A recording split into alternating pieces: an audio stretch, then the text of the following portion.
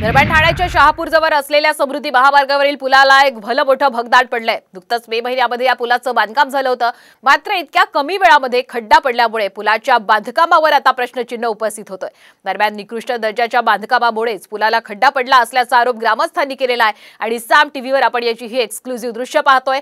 समृद्धीवरील पुलाला आता हे भलं मोठं भगदाड पडलेलं आहे। शहापूर तालुक्यातील जो मुंबई नागपूर महामार्ग समृद्धी महामार्ग या महामार्गावरती जे लोकांना गावागावांमध्ये जाणारा जो ब्रिज आहे त्या ब्रिजला मोठ्या प्रमाणात भगदाड पडले आपण पाहू शकताय का हा समृद्धी महामार्गाची जी सुरुवात झाली नाही तो अशा निकृष्ट दर्जाची जी कामं आहेत ही कामांची प्रश्न उपस्थित होतो।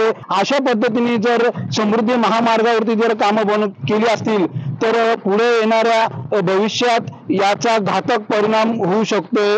हा जो रस्ता आहे हा रस्ता वाशिम शेरा शेंदुर्णीला किमान 10 ते 12 गावांना जोडणारा हा जो पूल होता आणि याच पुलावरती मध्यभागी हा भगदाड पडलेला आहे। कुठेतरी